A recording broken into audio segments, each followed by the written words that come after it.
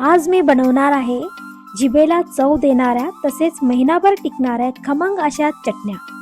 तर आज आपण बनवणार आहोत 3 प्रकारच्या चटण्या। त्याच्यामध्ये आपण खमंग अशी कारळाची चटणी, एकदम चवीला भन्नाट अशी लागणारी जवसाची चटणी आणि तोंडाची चव वाढवणारी तसेच महिनाभर टिकणारी कुरकुरीत अशी तिळाची चटणी।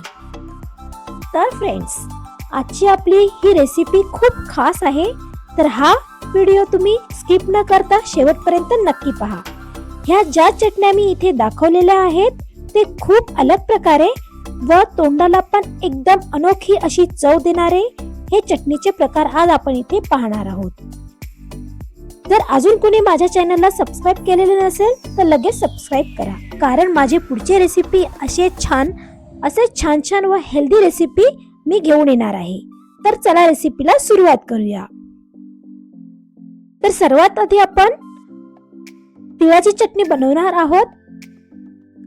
तोंडाची चव आणि ताटाची शोभा वाढवणारी आज आपण कुरकुरीत खमंग अशी तिळाची चटणी बनवणार आहोत। अशी तिळाची चटणी बनवून ठेवली की अगदी 5 ते 6 महिने तुम्ही सुद्धा खाऊ शकता। व यामध्ये मी घातलेले सर्व साहित्य एकदम पौष्टिक आहे आणि यामध्ये भरपूर प्रमाणात कॅल्शियम असते व ही चटणी अतिशय पौष्टिक असते। तर चला बनवूया आजची आपली तिळाची चटणी।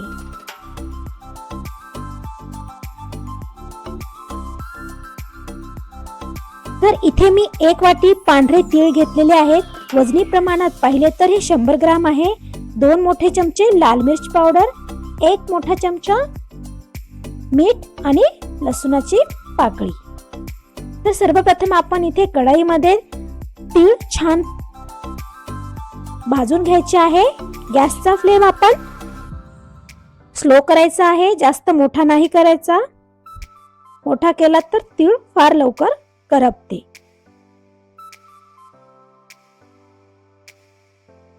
तीळ भाजते वेळेस सतत हलवत राहावी, नाहीतर ते उडून अंगावर पण येऊ शकते। आता ही आपण एका ताटामध्ये काढून ठेवूया आणि ही थंड झाल्यानंतर आपण याला मिक्सर मध्ये बारीक करून घ्यायची आहे। तर आता त्याच्यामध्ये तीळ आपले छान थंड झालेले आहे। त्याच्यामध्ये मी लसूणची कळी, 2 मोठे चमचे मी इथे लाल मिर्च पावडर टाकले आणि चवीनुसार तुम्ही मीठ इथे टाकायचं आहे। त्याचा बारीक असा पावडर बनवून घ्यायचा आहे। तर इथे पाहू शकता आपली झटपट अशी तिळाची चटणी बनवून तयार आहे। त्याचा कलर पण किती छान आलेला आहे आणि खायला पण एकदम चविष्ट आणि पौष्टिक अशी ही तिळाची चटणी आपली इथे बनवून तयार आहे। या तिळाच्या चटणीचा रंग सुद्धा खूप छान प्रकारे आलेला आहे। तर अशी ही खुसखुशीत आणि खुसखुस तीळ आपल्याला हे हिवाळ्यामध्ये शरीरासाठी खूप पौष्टिक असते, त्यासाठी ही चटणी तुम्ही आवर्जून करून पहा। तर आता आपली नेक्स्ट चटणी येत आहे कारळाची चटणी। तर इथे मी 1 वाटी कारळ घेतलेले आहे। हे पण मी 100 ग्राम घेतले। 50 ग्राम इथे मी तीळ घेतलेले आहेत आणि 1 वाटी इथे मी शेंगदाणे घेतले।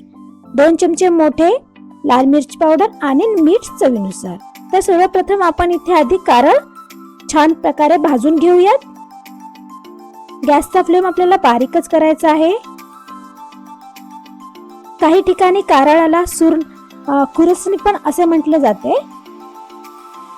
तुम्ही पाहू शकता कारळाला इथे त्याचा रंग पण चेंज झालेला आहे। आता हे थंड झाल्यानंतर आपण याची चटणी बनवून घेऊया। तोपर्यंत आपण इथे शेंगदाणे परतून घेऊयात।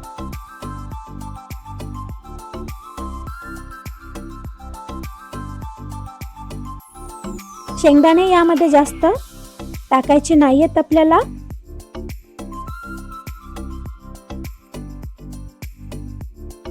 तीळ आणि शेंगदाणे पण इथे छान प्रकारे मी भाजून घेतलेले आहेत। आता हे सर्व थंड झाल्यानंतर आपण मिक्सर मध्ये वाटून घेऊयात। तर तुम्ही पाहू शकता हे छान प्रकारे थंड झाले आहे। आता आपण याच्यामध्ये लसूणची कलिया, लाल मिर्च पावडर 2 चमचे, थोडासा कढीपत्ता, आणि मीठ चवीनुसार. आता हे छान बारीक करून घ्यायचे आहे आपल्याला.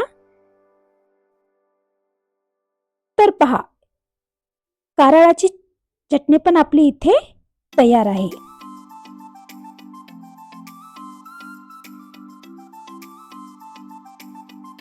कारळ फक्त 3 ते 4 मिनिटच आपल्याला भाजायचं आहे.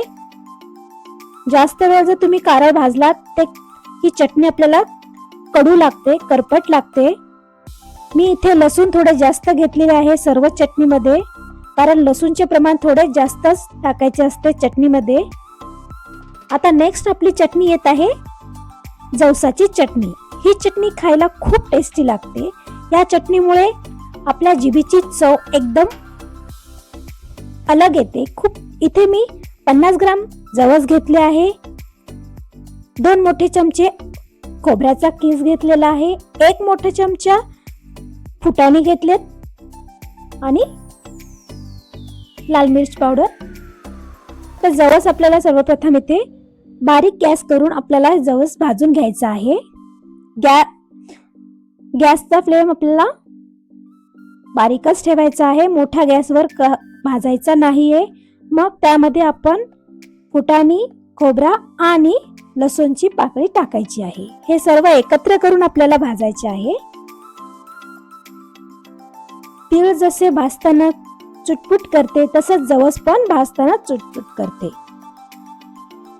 जवस इथे आधी छान क्लीन करून घ्यायचे आहे, कारण जवस मध्ये बऱ्याचदा कचरा वगैरे दगड असतात, त्यामुळे आधी जवस छान क्लीन करून घ्यायचे. आता हे पण आपण थंड केल्यानंतर दळून घ्यायचं आहे.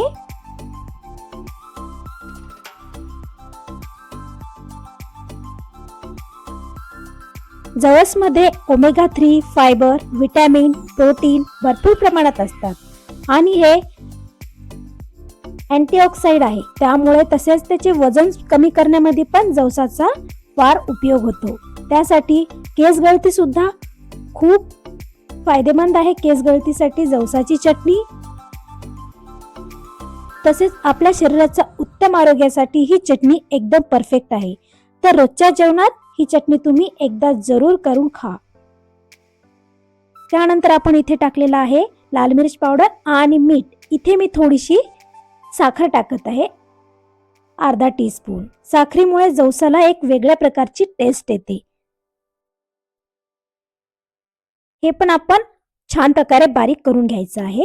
तुम्ही पाहू शकता खूप छान प्रकारे आपली ही जवसाची चटणी पण इथे तयार आहे.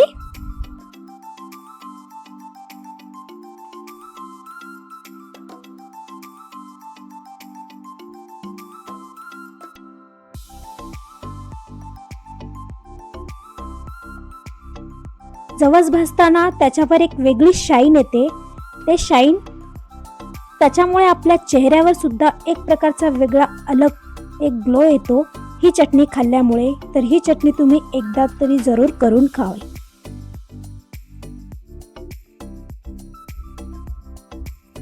मी सर्व चटणीमध्ये थोडेसे लसूण जास्त वापरलेला आहे, कारण आपली जसजशी चटणी जुनी होत जाती तसे तसे आपला जे लसूणचा फ्लेवर असतो तो थोडा कमी होत जातो.